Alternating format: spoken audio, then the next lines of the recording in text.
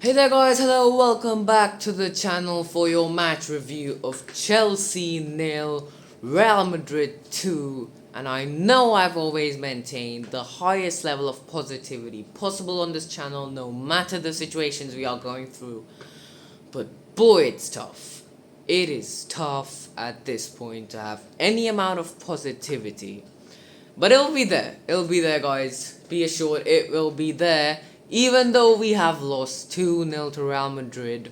And before we start talking about the game, let's just get it clear that no one expected us to win. I hope there are no Chelsea fans who went into this saying we will win, or it's a win or nothing. We all knew we might lose. We all knew we were going to lose. But the margin of how much is what we wanted to test. Now, I thought that we are going to lose 1-0 because our defense has been pretty, reliable in the last few games. And I think this game could have been 1-0, kept to 1-0 if not for some stupid mistakes. And that is what this video is going to be about. So let's start off with the lineups. And it's a 3 at the back. As soon as you see that, you feel relieved, because that is what works for Chelsea, and for that I want to commend Frank Lampard. I know he's used to a 4 at the back system, that's what he is, that's what his manager DNA is, but he's identified that the best chance the club has is with the 3 at the back, and he has tried that out. So I commend him for doing that. But now we have to come to the factor that has been underaddressed so much throughout the season, throughout Chelsea's history in the last 5-10 years. The players. Do these players even want to play out there? Kepa had a solid game. He was worked a lot. Koulibaly and Fofana, nothing different, same shaky kind of performance. Thiago Silva tried his best, couldn't do much yesterday. Ben Chilwell, this is the talking point, isn't it? We had about 7 players who were 1 yellow card away from a suspension in the second leg. Ben Chilwell was one of them. He had to not get a yellow card, and he makes an absolutely clumsy challenge. It was a pathetic decision. He did not have to do that, and he did not have to try and get a red card, which he did. We didn't want him to get a yellow, but he ended up getting himself a red card, and he was out. That put us down to 10 men. And there was nothing worse that could have happened for Chelsea at that moment. There was absolutely nothing worse. We're losing 1-0, we're getting absolutely destroyed, but we're technically still in the tie. That red card puts us down to 10 men, and then we're out. Then we are out, it is literally done. And proof of that is Real Madrid score quickly a few minutes later, and it's the same kind of goal we've been conceding from the corner. Someone takes a long shot and we score. Fofana gets nutmeg. Kepa, I suppose you can't blame him for that. It's in the corner, shot really hard. The defender's in front. I don't think Kepa can be blamed for that.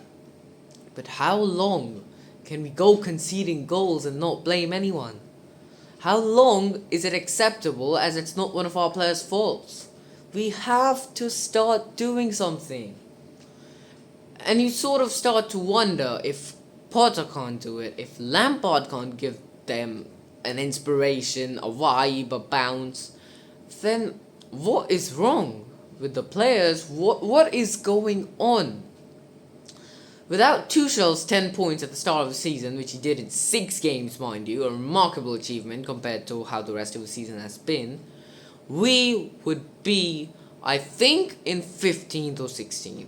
We would have 29 points, below Wolves, below Palace. I think we would be 15th in the Premier League if it wasn't for those early performances this season, which is crazy to think about. And yeah, it's not going well under Lampard, is it? I did post a video, I'm going to link that at the end of this one, where I admitted I think I assessed the Lampard appointment wrongly, and that I don't think it's going to help much this season. But we have to finish in the top half of the table. If we, Chelsea, cannot finish in the top half of the table, it's going to be pathetic, it's going to be embarrassing, it's going to be absolutely disgraceful. And it's always going to remain in everyone's memory that the first season Todd Bowley was in charge, the club finished 11th. And that is something that can never be rectified in history.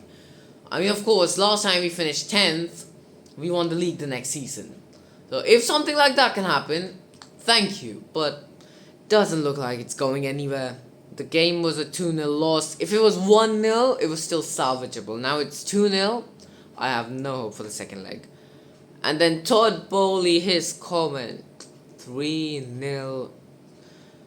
I mean, to be honest, Todd Bowley might have been predicting the second leg, because Chelsea are going to win 3-0 and do the best comeback in history and going to beat Real Madrid, reach the Champions League semi-finals, and then win the Champions League, hopefully.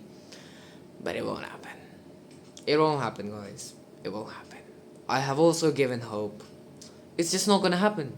It is not going to happen. We're not going to win the Champions League. We're not going to beat Real Madrid. We're not going to get a European spot. We're not going to have any Europe next season. And we might not even finish in the top half of the league. Though, that is still a possibility. So yeah, guys, that is it. My honest assessment of yesterday's game and Chelsea's season in the future. We have about 8 games left in the Premier League. Let's see what we can make of them. And the Champions League most likely looks done. I mean, I don't even want to talk about the fact that Benzema scored against us again, because frankly, he did nothing amazing to score that goal. All the good work was done by Vinicius. Our defense messed up. He was just there. He put his leg in. It was literally going in anyway, sorry. So yeah, guys, nothing else to talk about. That was it. If you enjoyed this video, leave a like and subscribe to the channel, and I'm going to see you guys for the next video. Have a nice day and goodbye.